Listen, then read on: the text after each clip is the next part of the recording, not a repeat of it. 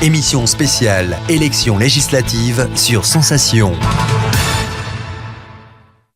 Bonjour à tous, émission spéciale élections législatives sur Sensation. Nous recevons les candidats des premières, deuxième et 11e circonscriptions des Yvelines.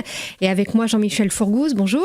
Bonjour. Vous êtes le candidat LR UDI dans la 11e circonscription des Yvelines, avec notamment Trappes et Elancourt. Vous avez été député jusqu'en 2012, battu par Benoît Hamon, qui est encore votre adversaire.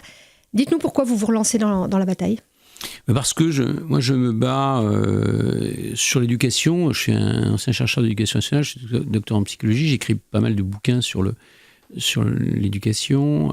J'ai eu une mission parlementaire quand j'étais député sur l'éducation. Ma ville est classée comme une des villes leaders de la transformation, la modernisation de la pédagogie, notamment pour l'école primaire.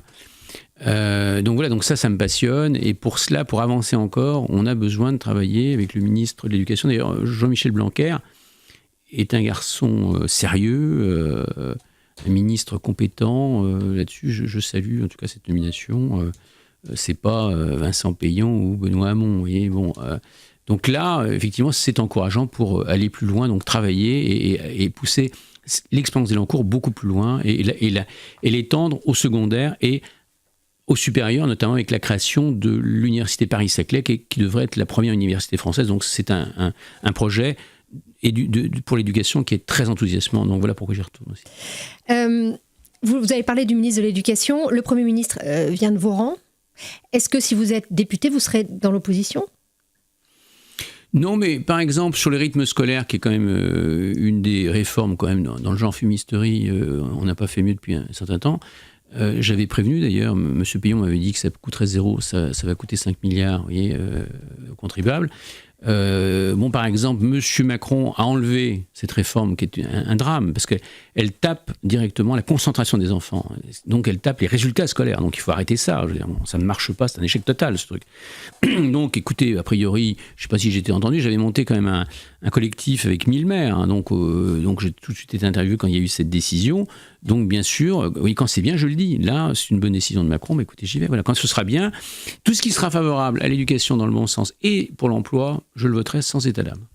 Alors quel est le problème alors de ce nouveau gouvernement Macron, de ce que nous promet le nouveau président, d'après vous, et que peut-être vous allez combattre au sein de cette Assemblée ? Non, mais c'est vrai que M. Macron n'a pas fait ses preuves. Il a fait ses preuves pour être élu, pour communiquer, pour tenir quand même la presse, certes. Mais quand on lui demande, c'est quand vous demandez à quelqu'un qu'est-ce que vous avez fait dans les 5 dernières années, M. Macron vous dit non mais j'étais nulle part, non mais monsieur non j'avais pas de responsabilité, la loi M comme oui c'est pas moi, non le rachat des SFR, attribution au patron de BFM, non c'est pas moi. Voilà, c'est quand même quelqu'un qui joue beaucoup. Je ne sais pas si c'est à l'ENA où on apprend à jouer comme ça, mais écoutez très bien, mais voilà, pour l'instant, moi, il n'a pas fait ses preuves. Maintenant, cela dit, quand il propose sur les rythmes scolaires, pas de problème, je le suis. Quand il propose des mesures économiques, ramener la fiscalité des entreprises autour de la moyenne européenne, je suis, il n'y a pas de problème. Donc quand il fera des bonnes choses, ou bien augmenter l'investissement productif sur l'entreprise, voilà, c'est des très bonnes choses. Donc ça, il faut le soutenir là. Voilà, mais je ne lui donne en aucun cas un chèque en blanc. Et de toute façon, un parlementaire, c'est là pour être un représentant du peuple, pas de l'exécutif. Vous êtes un représentant du peuple qui contrôle l'exécutif, c'est-à-dire le gouvernement. Vous n'êtes pas là pour uniquement être commercial du gouvernement. Mais quand je vous dis, vous verrez, moi je suis un bâtisseur, je suis constructif, et vous le verrez, voilà, il n'y aura pas de surprise là-dessus. Alors, dans la 11e circonscription, vous avez donc notamment le député sortant, Benoît Hamon, il y a aussi la République En Marche, il y a beaucoup de candidats. Face à vous, comment allez-vous sortir du lot ? Sur le terrain, déjà, comment ça se passe ? Est-ce que les gens écoutent ou se disent pas, allez, on donne carte blanche au président sortant, il faut lui laisser ce que j'entends sur Benoît Hamon, c'est il a triché avec les gens. Et je pense que c'est pour ça que les gens le rejettent. Il y a un rejet de Benoît Hamon, on ne va pas se le cacher.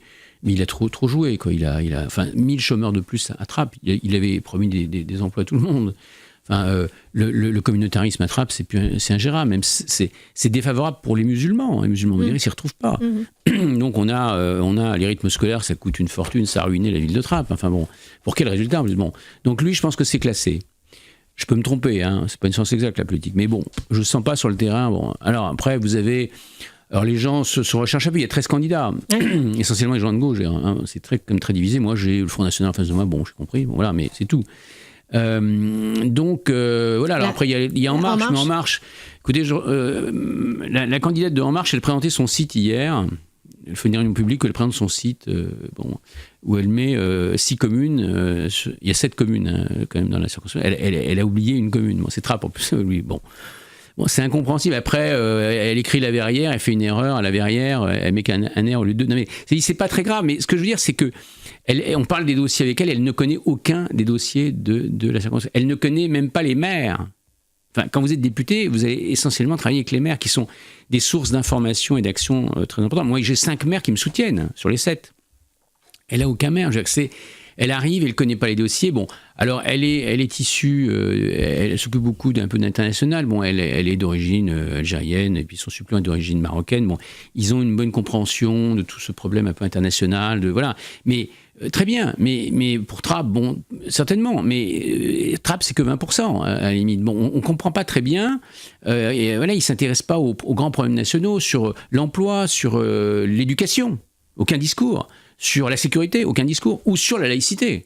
La laïcité, je vais vous dire, moi je fais du porte-à-porte, je fais des galeries commerciales. Les gens alors je ne pensais pas qu'ils allaient me parler autant de cela. C'est même devant le chômage. Donc voilà, donc il faut, ces gens-là sont extrêmement, enfin ils sont très marginaux, quoi. Ils ont pas du tout, ils ont en plus, écoutez, regardez sur TV Fil, votre collègue de TV Fil, enfin cette jeune femme a été interviewée, enfin. Les commentaires ont été... Donc vous voilà. Mais cela dit, moi, je respecte tous les candidats. Sur votre ancrage et votre... Voilà. Moi, écoutez, ici, voilà, j'ai une des villes les plus connues en France, même le nouveau patron d'Apple qui a été nommé... Apple Europe, en plus, qui a été nommé récemment, il a dit « Je veux aller en cours, je veux voir... » voilà, on entend parler dans le monde, et c'est quand même intéressant. Bon, la sécurité, vous avez le projet de commissariat du futur qui est en cours aussi, qui va concerner toute ma circonscription et toute l'agglomération. Après, vous avez, voilà, on a des prix de gestion, on est très bien coté. Depuis qu'on dirige l'agglomération de Saint-Quentin, la plus grande agence mondiale de cotation, Standard & Poor's, nous a fait passer de 1A à 2A. Donc vous voyez, on a des résultats, on peut dire ce qu'on veut. Moi, je ne plais pas tout le monde non plus, il ne faut pas non plus rêver. D'ailleurs, ceux qui veulent plaire à tout le monde, en général, ils ne sont pas hyper efficaces. Hein. Merci, Monsieur Fourgouze, d'avoir été avec nous. Je rappelle donc que vous êtes le candidat LR et UDI pour la 11e circonscription pour ces prochaines élections législatives. Vous retrouvez les autres candidats de cette circonscription sur notre site radiosensation.fr. Merci à vous. À bientôt. Merci.